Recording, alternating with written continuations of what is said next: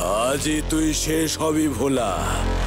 আমার গুরু বোন এই রোমানি শোনাবে তোকে তোর মৃত্যু ঘণ্টা।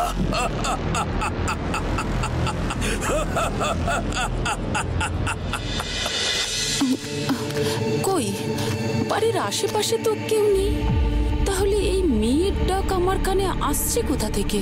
কে ডাকছে আমাকে কে জানে, কিছুই তো বুঝতে পারছি না। যাকগে, আমি বরং ঘরে যাই। একবার যখন ঘরের বাইরে তুমি বেরিয়েছো, তখন আর তো তোমার নিস্তার নেই আমার ডাকে এখানে আসা ছাড়া।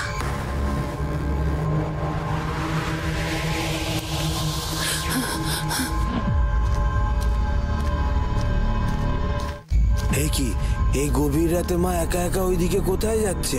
আমাকে তো এই ব্যাপারটা জানতেই হবে। মা মা মা, তুমি ওদিকে একা একা কোথায় যাচ্ছ? মা! হ্যাঁ, এসো আনন্দী, তাড়াতাড়ি এসো।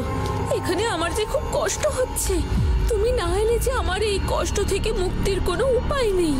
এসো আনন্দী, এসো। মা এই গভীর রাতে ওইদিকে হন্তদন্ত হয়ে কোথায় যাচ্ছে? আমি তখন থেকে এত জোরে জোরে ডাকছি, তাও শুনতে পাচ্ছে না।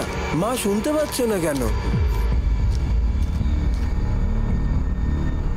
আমাকে তো এই গুহার ভেতর থেকেই ডাকছে। আমি আসছি, আমি আসছি।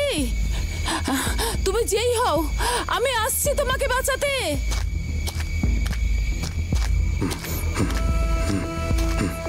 এ কি সর্বনাশ! এ তো সেই কালো গুহা। কালো গুহার রানী ভয়ঙ্কর রোমানির বাস এখানে। এই ভয়ঙ্কর গুহা তো শুনেছি খুব মায়াবী। মা এই গভীর রাতে হঠাৎ এই গুহায় ঢুকতে গেল কেন?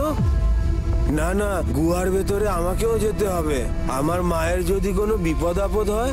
আমি অনেকবার শুনেছি এই গুহায় আজ অব্দি যারা যারা ঢুকেছে তারা আর কোনোদিনও ফেরেনি। মায়েরও যদি বাকিদের মতো অবস্থা হয়।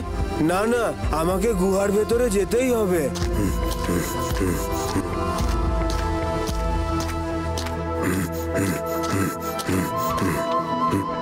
এ কি, এই সামনে তো কিছুই নেই দেখছি। তাহলে আমি এত চেষ্টা করেও মায়ের দিকে এগোতে পারছি না কেন? তবে কি আমাদের মাঝখানে কোনো অদৃশ্য দেওয়াল আছে? সর্বনাশ! তাহলে কি আমার মাকে এখানে কোনোভাবে এনে এখানে বন্দি করে রাখা হচ্ছে? মা মা মা, তুমি যেও না মা, ফিরে এসো। আমার কথা তুমি শুনতে পাচ্ছ মা? মা!